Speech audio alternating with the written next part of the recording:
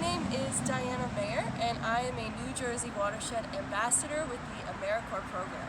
So I was supposed to come into your classroom and talk a little bit about the environment and what a watershed is, but since everything is happening and you might not be in school right now, I decided to make a video so you can watch at home. So I am a Watershed Ambassador with AmeriCorps, and that means I do a lot of things outside with my job. So I go around to schools in the community and I teach all the students about the environment. I also go to different streams in Warren and Sussex County, and I do stream assessments. So I look for bugs in the water and I make sure that they're healthy and the water is clean and healthy for them. I also work with the community on restoration projects like tree plantings, stream cleanups, and rain garden installations.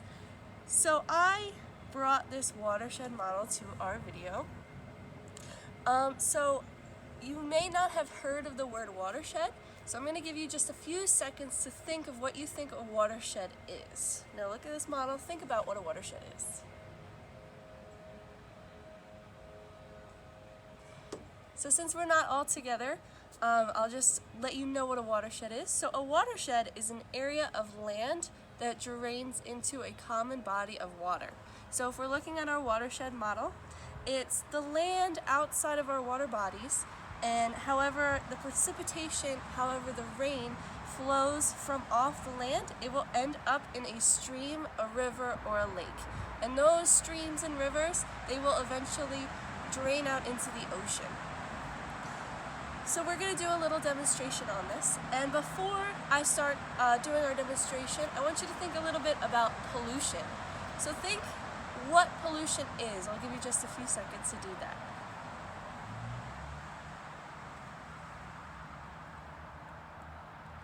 So pollution is negative things that are introduced by humans into the environment, and they can cause harmful effects on the animals, the plants, and even us. So pollution, it's not good, it can hurt the earth, and we really want to limit how much pollution there is.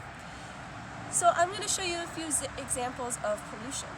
So first I want to take you on a tour of our watershed. So if you want to come up. So over here we have the farm in our community. You may have seen a lot of farms around where you live. We have some roads and some bridges over our streams that we can't drive over. Over here we have our housing development. And over here we have a construction crane making a new housing development. Over here we have our forest and our mountain. And over here, this is our factory, and we're going to get to this at the end.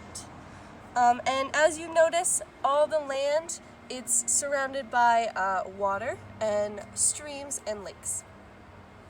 So I talked to you before a little bit about pollution. So one example of pollution, it's litter.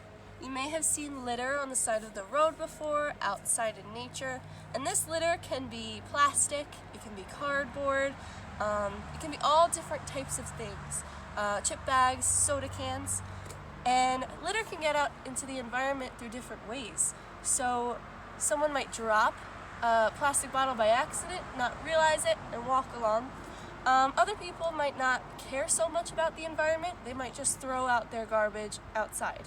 Other times, a big trash can that doesn't have a lid, it might get blown over by a strong gust of wind and release all of its trash as litter. So on our model, I'm going to show you the litter. So these sprinkles, they're representing our litter. Put some over by the farm. And you can see litter just about anywhere, on the roads, in parking lots, in your neighborhood.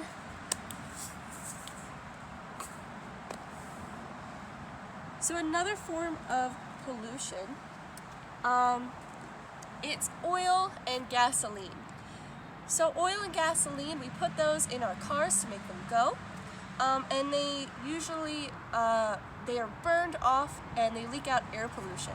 But a lot of times, that oil, it leaks out onto roads and causes liquid pollution that people don't often think of. So on the roads, I'm going to put down the oil from our old cars that are leaking out over here in the parking lot. Also on this model, we have our tractor over here. Tractors use a lot of heavy gasoline, so I'm going to put some on the farm. And over here, our construction crane definitely uses a lot of gasoline too. So we have our litter and we have our gasoline as some of our pollutants in our watershed. Another form of pollution you might not think of is if you have a dog at home and you take your dog for a walk, the dog has to go to the bathroom outside.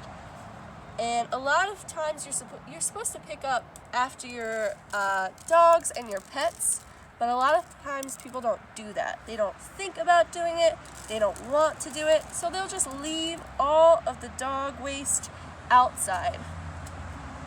Also on our watershed, we have our farm over here, and we have some cows, and they also go to the bathroom outside. They go to the bathroom a lot, so I'm putting a lot of animal waste over here. And so animal waste has a lot of nutrients and a lot of bacteria. So when there's bacteria in the water, it can make us sick, and we definitely don't want to drink water that has gross bacteria from animal waste in it. Also, it has nutrients like phosphorus, and that phosphorus, it can cause something called a harmful algal bloom. So you may have heard of it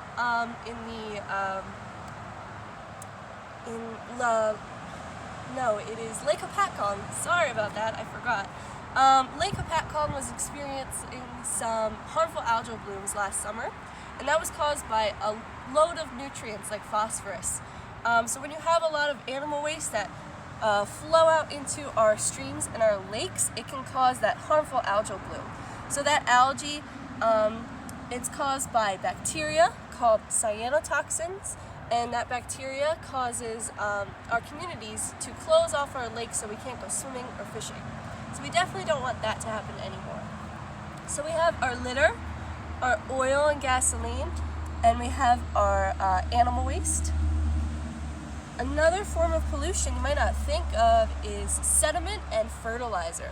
So sediment is like soil, dirt, mud, and fertilizer is just something that farmers and gardeners put on their dirt and soil to make it a little bit better for their plants to grow.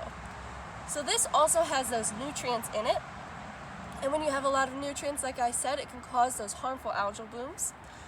It can also cause the waters to get really, really muddy and look a little bit like chocolate milk. And when your water looks like chocolate milk, the fish won't be able to see. And if they can't see, then they can't find their food that they need. Also, if there's a lot of mud in the water column, it can clog up their gills so they can't breathe. That can be really harmful for a fish's life and a fish's growth. So everywhere on this model that's brown, I'm going to put some of our sediment and our fertilizer down. So this farmer is our example of a bad farmer, and he's putting a lot of dirt down, a lot of fertilizer down. Over here in our construction site, there is absolutely no vegetation, so we're putting a lot over here. And over here we have our forest. So our forest, they have all these trees, and trees have really strong roots that go all the way down into the ground, and they hold all this dirt down so it doesn't flow off and it doesn't run off into our water. And trees are very important for our ecosystems. Keep on it. They're very important for our ecosystems because they provide us oxygen, they provide animals shelter, and they provide a lot of other resources. But also, their roots will hold all this soil down. So if someone comes along and wants to chop down all these trees to mine on the mountain or to build a housing development, then all of that sediment and all of that dirt will be exposed to runoff.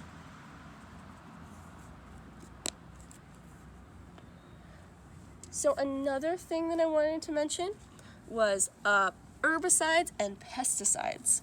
So you may have seen in your parents' garage maybe a bottle, it says Roundup.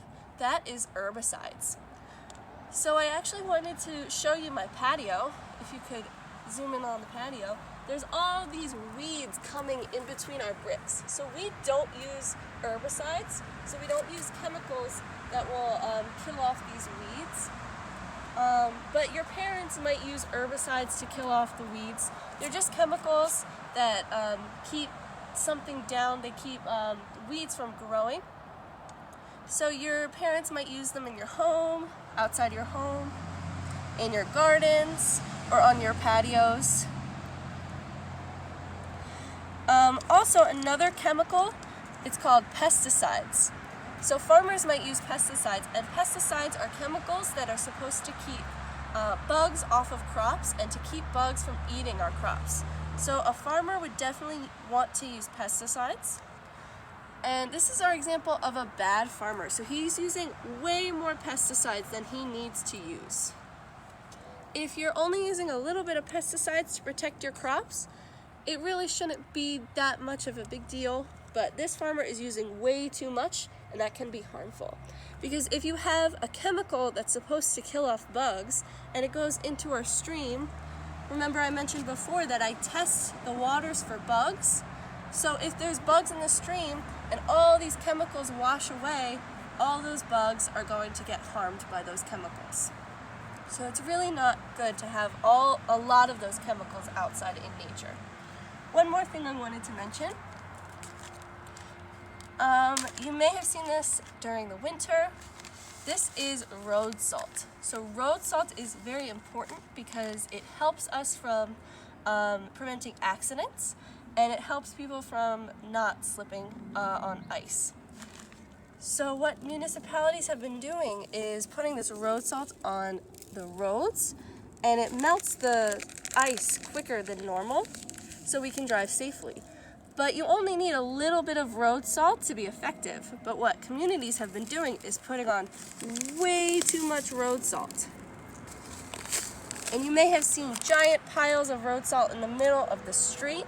And that's really not good for the water because it can cause changes in salinity and it can harm the fish that are living in there. So now I want you to look at the model of our watershed. And it looks a lot dirtier than before. So we have our litter, we have our animal waste, our pesticides, herbicides, fertilizers, sediment, oil and gasoline, and our road salt. So our watershed is not looking so great. So let's think, what's going to happen when the rain starts to come down? It's going to wash all of this away. It's going to wash it all into our lakes, our streams, and our rivers. So now I want you to come closer.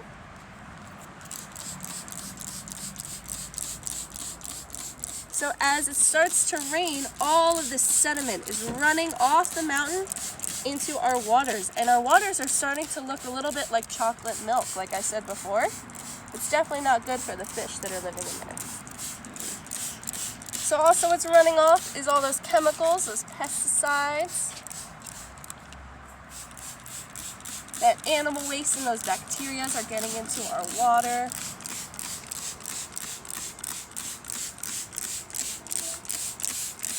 And all those chemicals from the farm are running off, that oil.